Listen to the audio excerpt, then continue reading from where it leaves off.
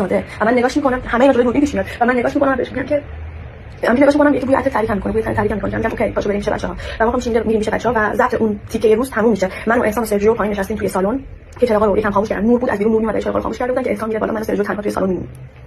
من و سرجیو تنها توی سالن میمونیم. هر اینکه انسان میره این آقا دستش میذاره دور کمر من، شروع میکنه خودش رو من نزدیک کردن و دوباره این حرفا رو میزنه که بوی تن تحریک میکنه، بود تو تحریک میکنه این جور چیزا که من میگم اوکی من دیگه این حرفا نمیزنم و بعد شروع میکنه به دست دادن پاهای من دستای من و من همونجا بهم میگه که بوسم کن آتیشم بخوابه و من بهش میگم که بوسم کن آتیشم بخوابه و من بهش میگم که نه. همون لحظه با خنده میگم نه. همون لحظه پا میشم که برم که دست منو میگیره و میکشه و میچونه روی مبل و میگه یا بوسم میکنی یا نمیذارم بری و من این آقا رو عذابش بوس میکنم و اونجوری میرم. بچه‌ها توی سالن یه جوریه که پله میخوره میره بالا و اونجا هیچ کس نبود، اونجا دادم می‌زدن، هیچ کس صدای من نمیشید. این آقا هر وقت منو یه جا تنها گیر می‌آورد این کارو انجام میداد، تکرار می‌کرد. حتی زمانی که با آیدا هم بود یه جا بود اتاق آرایش دختری هیچ دوربینی نبود، خیلی وقت گوشی اونجا ترتیب دادن. این آقا میرفت توی اون اتاق دخترم بود، اتاق آرایش میموند که بهانه گوشی برداشتن حتی استاپ و کارهای دیگه بیرون نمیرفت چون میدونست من همیشه میرم توی اون اتاق آرایشم پاک کنم. مثلا روتین من این بود بعد از ضبط غروب میرفتم آرایشم پاک می‌کردم، برای ضبط شب آماده می‌شدم. زمانی که من و سرجیو احسان هستیم بغل استخرین که پخش میشه که سرجیو پاشو گذاشته روی پاهای من، یه پاشو پای من، یه پاش پشت پای منه.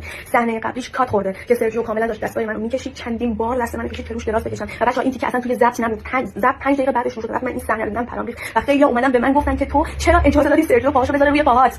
یعنی تو به عنوان یک زن حتی اگه یک مرد دیگه بهت دست درازی بکنه، تعرض بکنه، بازم این تقصیر توئه.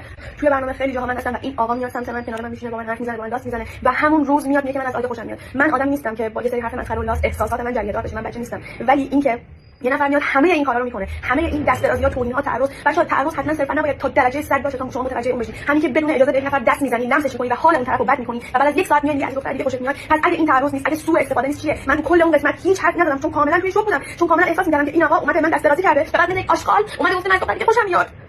این به چه حقی میاد من دست میزنه توی دست میزنه توی خفا و این اولین بار آخرین بارش نبوده، بارها و بارها این کارو کردم، من دیگه سوالش فرار کردم و شما اینا رو نمی‌بینید و بعد به خاطر اینکه یاشار اومد با آیدا خیلی محترمانه کار کرده اینا رو می‌بینید. من از اینا راحت بودم. من تو کل این برنامه نه هیچ چیزی به آیدا نه هیچ کس دیگه کردم، اصلا من شخصیتم اینجوری نیست ولی زورم میاد.